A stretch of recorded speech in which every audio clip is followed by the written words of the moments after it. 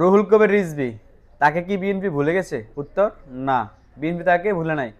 অনেকে হয়তো বলতে পারেন যে সংসদ নির্বাচনে তিনি নমিনেশন পান না এবং গতকাল যে মন্ত্রিপরিষদ গঠন হয়েছে সেখানেও তিনি কোনো মন্ত্রিত্ব পান নাই।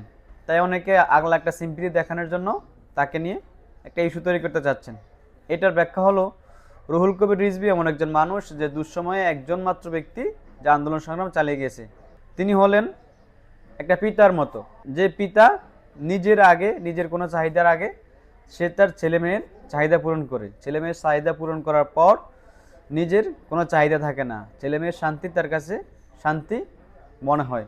রুহুল কবির রিজভী ঠিক তেমন। তবুও গতকাল বিএনপির চেয়ারম্যান এবং বাংলাদেশ সরকারের মাননীয় প্রধানমন্ত্রী জনাব তারেক রহমান তাকে মন্ত্রী পদমর্যাদার উপদেষ্টা বানিয়েছেন। এবং একটা বিষয় হলো, রুহুল কবির রিজভী অনেক বেশি অসুস্থ।